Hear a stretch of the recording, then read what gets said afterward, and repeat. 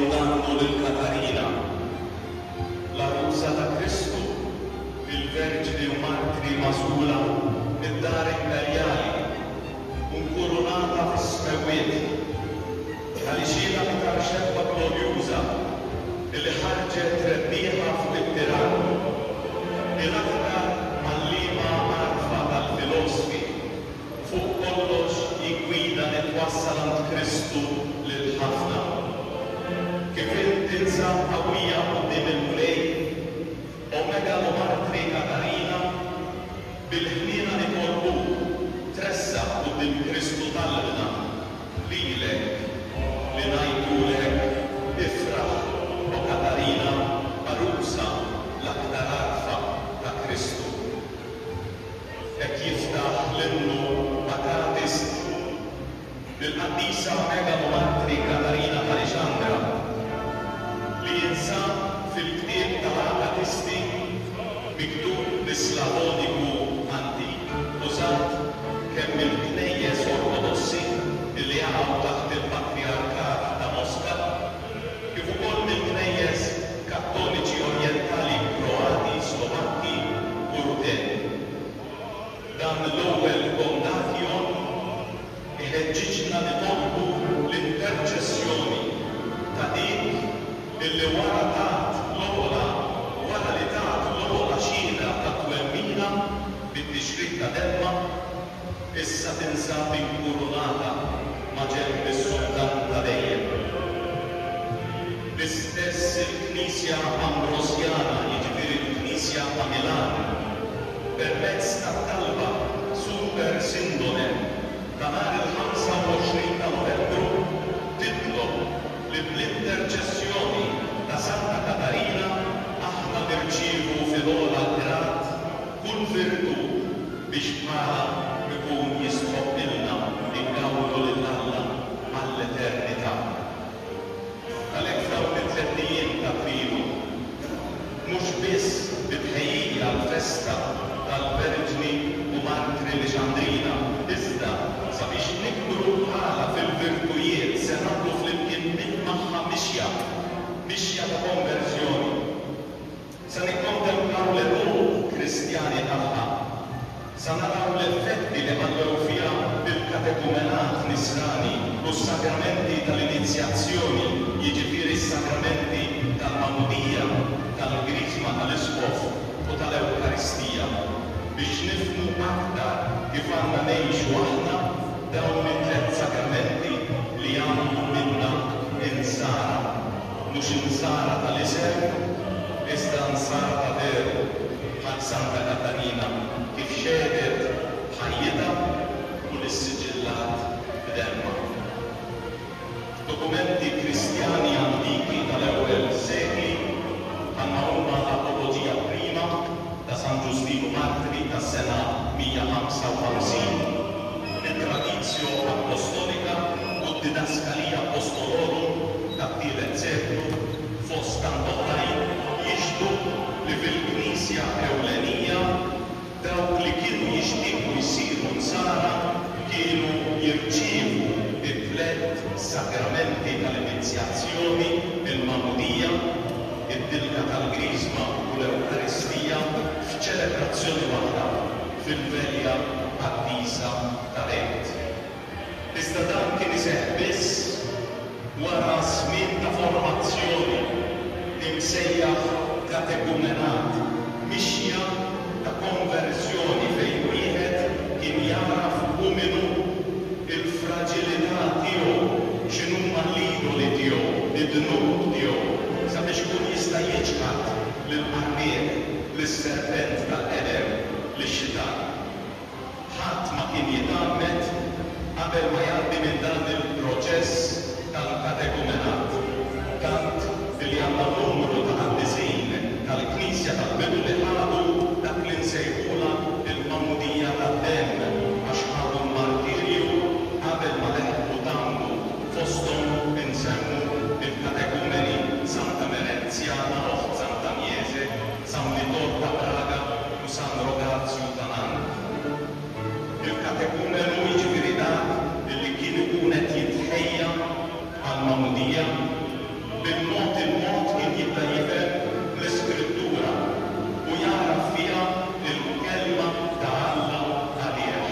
Kelma ħajja, kelma qawwija taħt aktar minn xabla żewġ tixmar, kelma li tġib il-firda fil-qalb tal-bniedem bejn it-tajjeb u l-ħażin. Dan il-proċess ta' katekumenat, proċess ta' konversjoni, kien mibni fuq katekesi kerigmatika, jiġifieri trasmissjoni tal-fidi fil-mewt u l-qawmien ta' Kristu. U aħna nafu minn dawn id-dokumenti illi bil-fors għaddiet minn dan il-proċess Santa Katarina. U forsi jkun hawn min xettiku u jistaqsi kif nistgħu nkunu nafu dan. Il-prinċipju li jmexxi il-liturġisti fl-istudju tagħhom huwa wieħed: ad fontes. Inħarsu lejn is-sorsi, inħarsu lejn l-eruq. Il-kilmiet patristiċi fl-Afrika ta' fuq u b'mod speċjali dawk li waslulna mill-Lixandra jixhdu kemm il-Knisja fl-Eġittu kienet organizzata anki fi żmien tal-persekuzzjoni. Fit-tieni volum tal-Protreptikos, eżortazzjoni lill-Griegi ta' San Klement ta' Lixandra, miktub lejn is-sena 195 diġà nsibu jien ta' innu batteżimali, innu li kien jitkanta fit-tmiem tal-katekumenat biċ-ċelebrazzjoni tal-Mawlidija. Il-għaref Oriġene minn Lixandra ukoll li jgħix bejn is-snin 185 u 253 jispjegalna kif fi żmienu kienu jiġu ċċelebrati żewġ azzjonijiet liturġiċi, waħda l-ħadd l-Ewkaristija li kienu jattendu għaliha dawk biss li rċevew il-Mawlidija, u ċċelebrazzjoni oħra kmieni filgħodu matul il-ġranet tal-ġimgħa fejn kienet tixxandar il-kelma u tiġi spjegata. U li għal din iċ-ċelebrazzjoni kienu jistgħu jattendu anki dawk li kienu qegħdin iħejjuhom għall-Mawlidija il-katekumeni. Iżda l-aqwa sors ta' informazzjoni li jixħed dawl fuq il-katekumenat u s-sakramenti tal-bidu fl-Eġittu fi żmien Santa Katarina huwa manuskritt imsejjaħ l-Eukerogion Deir Balizieħ missjun fl-1907 fil-fdalijiet ta' monasteru primittiv fl-Eġittu. Dan id-dokument datat qrib is-seklu erba' iż-żmien li fih għexet il-Ħaddisa tagħna miktub bil-Grieg fuq żewġ folji tal-papiru minn wara u quddiem tina formola sempliċi ta' kredu batteżimali li jgħidlek nemmen f'Alla il-missier li jista' kollox u fit-tnur waħdini imnisser qabel kull żmien il-Mulej tagħna Ġesu Kristu. Nemmen fl-Ispirtu Santu, fil-qawmien tal-ġisem mill-imwiet, fil-Knisja Ortodosса Kattolika. Ma' din l-istqarrija ta' fidi illi kienu jagħmlu dawk li jkunu se jitgħamdu sewwa qabel jinslu fil-Battisteru instabet ukoll anafora jew talba Ewkaristika, jiġifieri dik it-talba illi fiha jiġu konsakrati tħobbsu l-bit fil-ġisem quddiem tal-Mulej. Dan il-manuskritt tina informazzjoni sirja immensa xurina li għall-insara tar-raba' seklu u ta' kull żmien il-bidu tal-ħajja vera jinsab fil-Battisteru, fil-fonti tal-Mawlidija u l-quċċata tagħha tinsab fl-Ewkaristija kif it-terni tan tajjeb il-Kostituzzjoni dogmatika fuq il-Knisja tal-Konċilju Vatikan it-Tieni il-Kumenġenzju fil-paragrafu 11. Mr. Reverendu Padre Rei Frantalanza, eżis kulti jinsara, il-teologu Maurizio Flick jilmenta li fil-żmien li qed ngħixu fih huma ħafna dawk illi jersqu għas-sakramenti mingħajr katekesi, sempliċiment għax hekk hija tradizzjoni għax dejjem hekk għamilna. La ma rridu allura nistaqsu jekk maħniex preparati sewwa biex ngħixu l-ewwel fost is-seba' sakramenti il-Mawlidija, kif nistgħu ngħixu sew fis-sakramenti taż-żwieġ u tal-ordini sakri. Ħafna mill-kriżijiet matrimonjali u anki fil-ħajja tal-presbiteri u nasal ngħid tal-isfijiet ġejjin mill-fatt illi maħniex ngħixu fl-ispirtu tal-magħmudija. Iżda ġejna maħkuma mill-ispirtu pagan ta' din id-dinja. Hawn tajjeb illi nieqfu ftit u nistaqsu b'sinċerità lil nafusna xi tfisser f'ħajti il-magħmudija. Qed ngħix ta' disċiplu ta' Kristu, nemmen li permezz tal-Krisma jiena ġejt ikkonsagrat lil Alla. Qed ngħix dak li nirċievi fl-Ewkaristija jiġifieri li naqsam ħajti ma' oħrajn sewa kif jinqasam il-ħobbs Ewkaristiku l-ġisem ta' Kristu l-altar sabiex minnu nieklu aħna l-kol. Sa mill-qedem l-ewwel mistoqsijiet li kienu jsiru lill-adulti li jkunu xewqa li jibdew il-proċess tal-katekumenat u l-mistoqsijiet adattati li llum isiru lill-parrini u l-ġenituri li jitkellmu f'isem dawk it-trabi li jkunu se jitgħamlu huma x'qed titlob mill-Knisja tagħna. U l-katekumenu jew dawk li jitkellmu għat-tarbija jwieġbu il-fidi u l-fidi x'intik. U minn ġdid il-katekumenu jwieġeb jew jwieġbu għalih il-ħajja ta' dejjem. Il-fidi iżda x'inhi? Li nkun naf il-katekiżmu u t-tagħlim tal-Knisja, li nkun naf il-kredu bl-amment, kemm fil-katekumenat tal-Eden kif tixed il-pellegrina lejn is-Sinaj u l-Antimazza Eġerja ir-raba' seklu, u kemm fil-katekumenat imġedded frott ix-xewqa tal-Konċilju Vatikani wieħed mill-passaġġi wieħed mit-tabeb u msejjaħ tradizzjo simboli l-orti tal-kredu fejn l-iskof jgħallem il-kandidati għal-magħmudija l-istqarrija tal-fidi u ftit ta' żmien wara jagħmlu din l-istqarrija pubblika tal-fidi tagħhom u jirrepetu l-formula tal-kredu. Santu Wistin huwa jagħmel il-qalb il-katekumeni tiegħu iħeġġiġhom biex aktar milli bil-kliem il-kredu huma jistqarruh bil-mod ta' kif jgħixu. Għax il-fidi tissarraf fil-prattika tal-ħajja, il-fidi hija meta jiena nemmen li Alla ma tassew bissieri li jieħu ħsiedi li jipprovdi dak kollu li neħtieġ u allura nkun bniedem ta' karità għax nemmen li Alla mhux se jħallini nieqes. Il-fidi hija li jiena nemmen fl-iber li sar bniedem bħali biex jurini triq, anzi huwa nnifsu huwa triq li twassal għand il-missier, allura naċċetta s-salim fil-ħajja tiegħi għax nemmen li din it-triq li jurini Ġesu. Il-fidi hija li jiena nemmen l-Ispirtu Santu li konsakrani u daħħalni fil-Knisja, allura nagħmel ħilti biex inħobb il-ħuti naħfer bil-edewa tiegħi sabiex inżomm il-għaqda f'eħdar din il-familja ta' Alla. L-fidi minn fejn tiġi. Kif tista' tiksibha? Wieġeb l-Apostlu San Pawl u fl-ittra lir-Rumani jikteb il-fidi mela tiġi nismieħ u smieħ bix-xandir tal-kelma ta' Kristu. Jekk inħarsu lejn il-ħajja ta' Santa Katarina, naraw kif il-qabbisa tagħha ma resqitx għall-magħmudija kif ġiebu laqgħat. Imma blet il-proċess mixja ta' konversjoni. L-ewwel semet il-kelma la qiegħda u għax kisbet il-fidi talbet u resqet għall-magħmudija, id-dixxiplu ta' Ġesu Kristu huwa dak li jisma' il-kelma. Ma tistax tgħid li int nisrani jekk ma tismax il-kelma ta' Kristu. San Pawl jgħidilna naħsbu kif kien jaħseb Kristu Ġesu.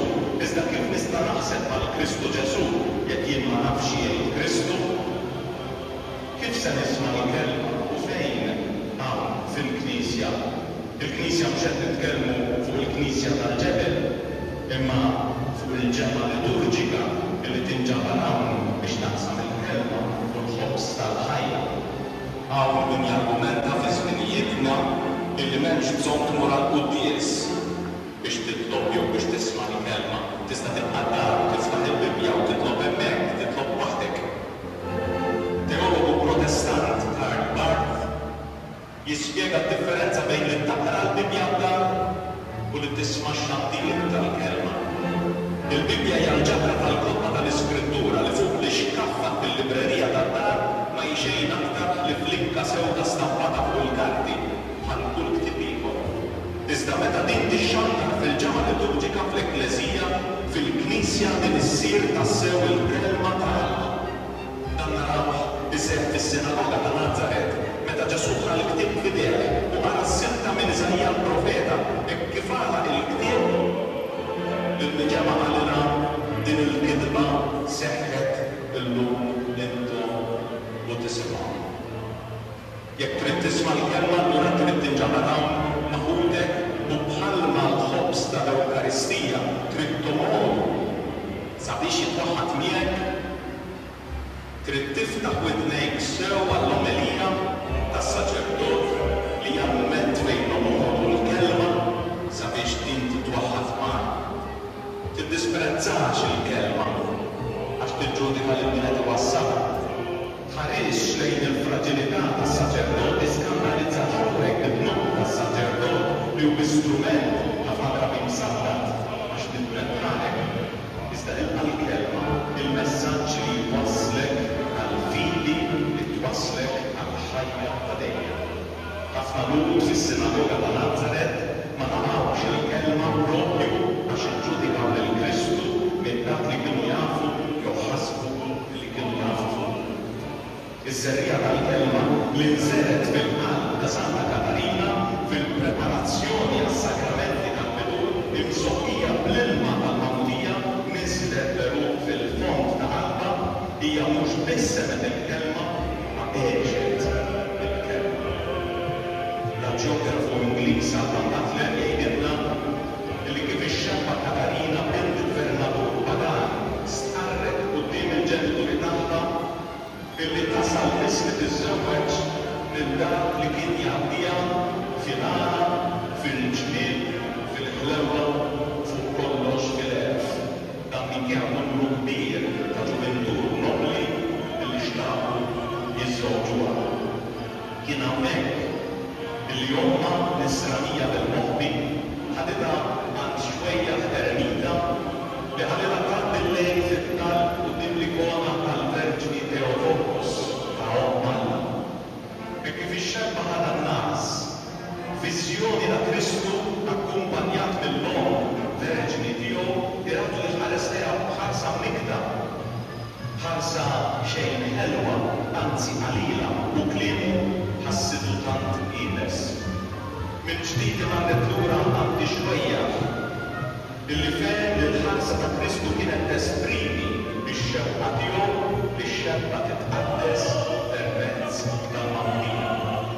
Għalhekk huwa ġandrilha l-kerigma pressa għalejn il-kelma katekizzat u wassara sabiex tiġħad l-idoli u titgħammet u hekk tirċievi id-dawra ta' Ġesu Kristu. Għax il-Magħmudija imsejħa baptismos bil-Grieg u l-Luminatio bil-Latin azzjoni li ddawwal mhux biss taħfer id-dnub oriġinali u kull dnub ieħor imma ddawwal bil-grazzja divina lil min jirċevija.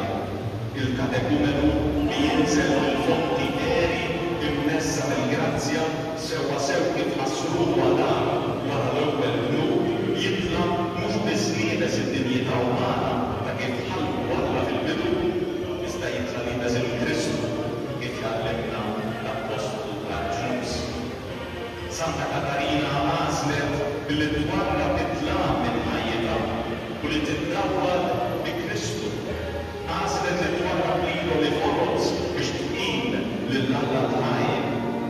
Aħna llum qegħdin ngħixu fi żmien fejn l-idoli m'għadhomx iżjed l-istatwi tal-ġebel tal-Allat pagani. L-idoli llum huma aktar perikolużi għax ħadu forma oħra, il-flus u l-materjaliżmu, it-teknoloġija, l-midja soċjali, id-dera fiżika, il-ħwejjeġ tad-dinta u taħt forom oħra. Jekk trid tkun taf x'inhu l-idolu tiegħek, biżżejjed tistaqsi lilek innifsek x'inhu dak l-oġġett jew dik il-persuna illi inti taħseb li ma tistax tgħix mingħajrha. Dak kollu li mhux Alla l-ħaj u bieħu l-ewwel post f'ħajtek huwa l-idolu l-Alla Faris tiegħek.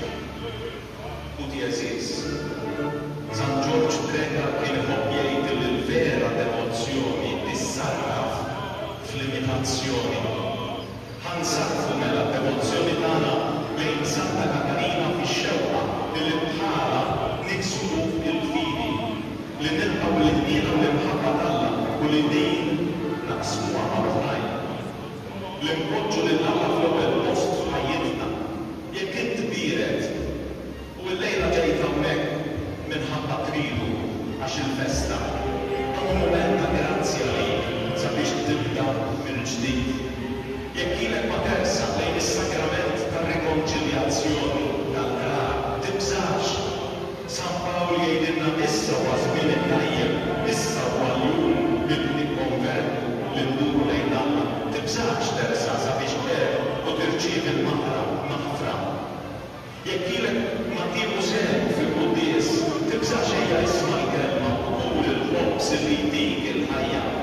Jekk għandek marbuta mal-flus u l-ġid materjali ħares lejn in-nobbli Katarina li kienet lesta titlef kollox biex tkun dixxiplu ta' Kristu.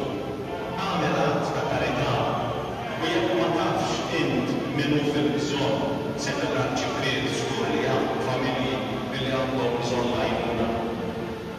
Mimlija bl-Ispirtu Santu, Santa Katarina xamret mill-Kristu bla biża' u bla mistħija. Ħanitqarrbu mill-eżempju tagħha u ma nibżgħux nitkellmu fuq Kristu fil-familji tagħna, fuq il-post tax-xogħol u kull fejn ikunu. U din ix-xhieda tant qawwija ħanilagħbu magħha mal-Knisja Biżantina imsejħa minn San Ġwanni Pawlu Tieni il-Mullun tal-Vant tal-Knisja. Untennu ritornell tal-innu Akatistos l-innu li ftaħna bih dan it-tridu billi wara l-ewwel ikos lil Santa Katarina meta martri li kantala hekk. Ifraħ, inti li sa miġhulija kont magħżula b'amara tal-grazzja imsejħa minn Alla il-Missier. Ifraħ int illi konti malma fil-għarfien tal-glorja u l-kbor ta' Kristu li benda Alla. Ifraħ inti gora tal-erf divin.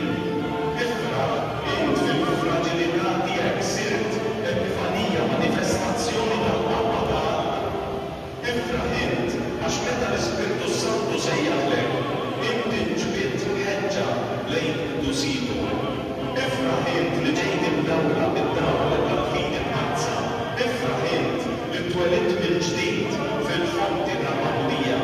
Ifraħ inti tinda mazza fejn jammar l-Ispirtu Santu. Ifraħ inti mera tas-sofferenzi ta' Kristu. Ifraħ int li fuq din l-art sirt il-biesek fid-demm tal-ħaruf. Ifraħ inti li nagħat mal-qori tal-Verġni fis-sema. Ifraħ inti ewwa tindi l-glorji tal-ġubijiet fil-firmament tal-Knisja. Ifraħ inti ħadima bajda xempju ta' Marsweduni fis-saltna birka ta' Kristu. Ifraħ u Katarina, Arusa, l-aktar arfa ta' Kristu. Viva Santa